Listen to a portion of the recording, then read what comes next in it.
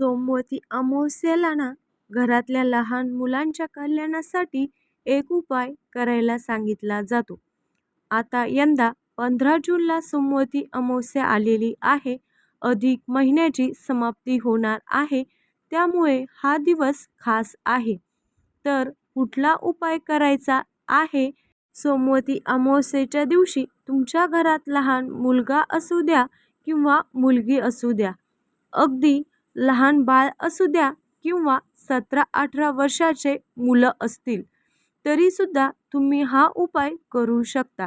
सकाळी लवकर उठावे, स्नान वगैरे आवरल्यावर त्यानंतर 1 वाटी भात शिजायला लावायचा आहे.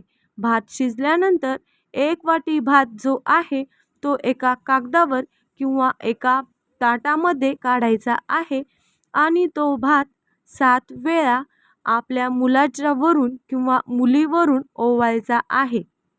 आता हे करत असताना तुम्ही मुलाला सोफ्यावरती किंवा खुर्चीवर बसवू शकता किंवा अगदी पाठ मांडून खाली सुद्धा बसवू शकता. मुलगा किंवा मुलीला बसवू शकता.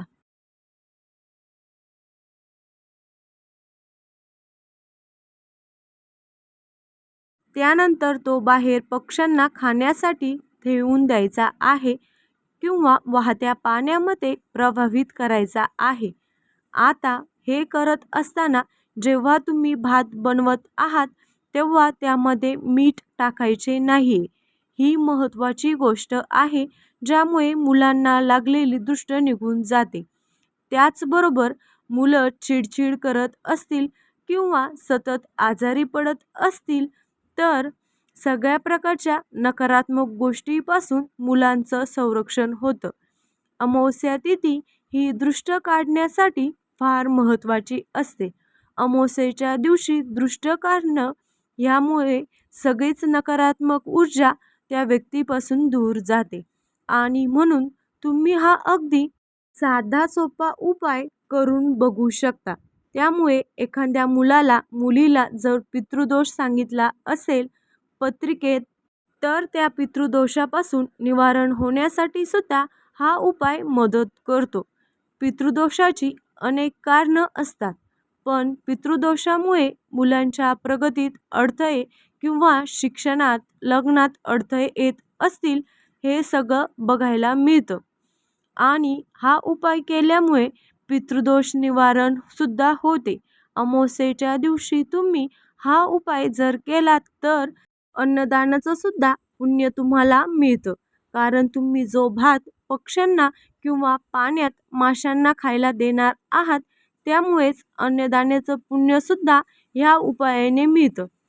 भात अर्थात तांदूळ जो आहे तो समृद्धिकारक मानला जातो, लक्ष्मीकारक मानला जातो आणि त्यामुळेच अशा प्रकारे भाताने दृष्ट काढल्याने समृद्धी आणि विपुलता ह्या गोष्टी आकर्षित होतात. आता अर्थात ह्या सगळ्या गोष्टीवर जर तुमचा विश्वास असेल, तुमची श्रद्धा असेल, तरच ह्या सगळ्या गोष्टीचा परिणाम दिसतो. विश्वास नसेल, श्रद्धा नसेल, तर ह्या गोष्टी अजिबात करू नये. आता अमावस्येच्या दिवशी घरात सुद्धा आपण नकारात्मक ऊर्जेपासून लांब ठेवू शकतो. त्यासाठी सुद्धा एक उपाय करायचा आहे.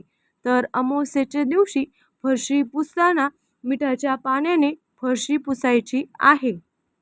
ज्या पाण्याने तुम्ही फरशी पुसणार आहात त्या पाण्यात 1 चमचा खडे मीठ टाकायचे आहे आणि त्या पाण्याने फरशी पुसायची आहे. मीठ हे निर्जंतुकीकरण करायला मदत करते आणि म्हणूनच मिठाच्या पाण्याने फरशी पुसल्याने आपल्याला लाभ होतोच, पण बरोबरच सगळ्या प्रकारच्या नकारात्मक ऊर्जासुद्धा घरातून निघून जातात. घराची शुद्धी होते. मंडळी, अमावस्येला महत्त्व असण्याचे कारण हे आहे की अमावस्येच्या दिवशी चंद्र आकाशात दिसत नाही आणि चंद्र हा माणसाच्या मनाचा कारक ग्रह मानलेला आहे.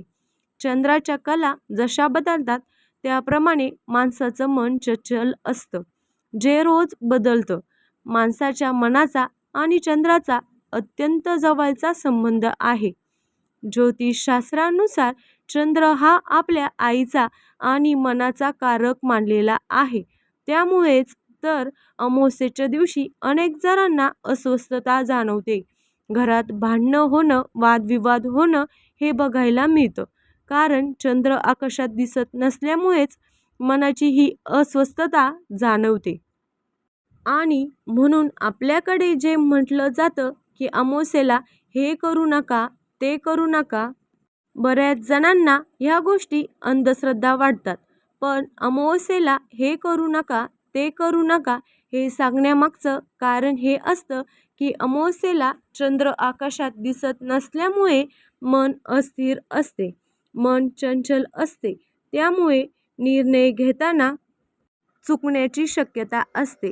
आपल्या हातून चुका होण्याची शक्यता असते आणि म्हणून महत्त्वाची कामे शक्यतो अमावस्येला टाळा असं म्हटलं जातं. आता अर्थात ह्या सगळ्यामध्ये श्रद्धा, विश्वास ह्या सगळ्यांचा भाग आलाच. पण त्याचबरोबर यंदाची जी अमावस्या आहे 15 जूनला, ती अधिक महिन्याची सांगतासुद्धा असणार आहे. त्यामुळेच अधिक महिन्यात जे व्रतवैकल्य, जे उपवास तुम्ही धरले असतील त्या सगळ्यांची सांगता ह्या 15 जूनला होणार आहे. त्या सगळ्यांची सांगता करताना अन्नदानाने आणि भगवान श्रीहरी विष्णूच्या पूजेने ह्या सगळ्यांची समाप्ती उद्यापन करायचं आहे. ह्याबद्दल कुठलीही शंका तुमच्या मनात असेल आणि तुम्हाला सविस्तर जाणून घ्यायचे असेल तर त्या संबंधित व्हिडिओ तुम्हाला आपल्या चॅनलवर पाहायला मिळतील.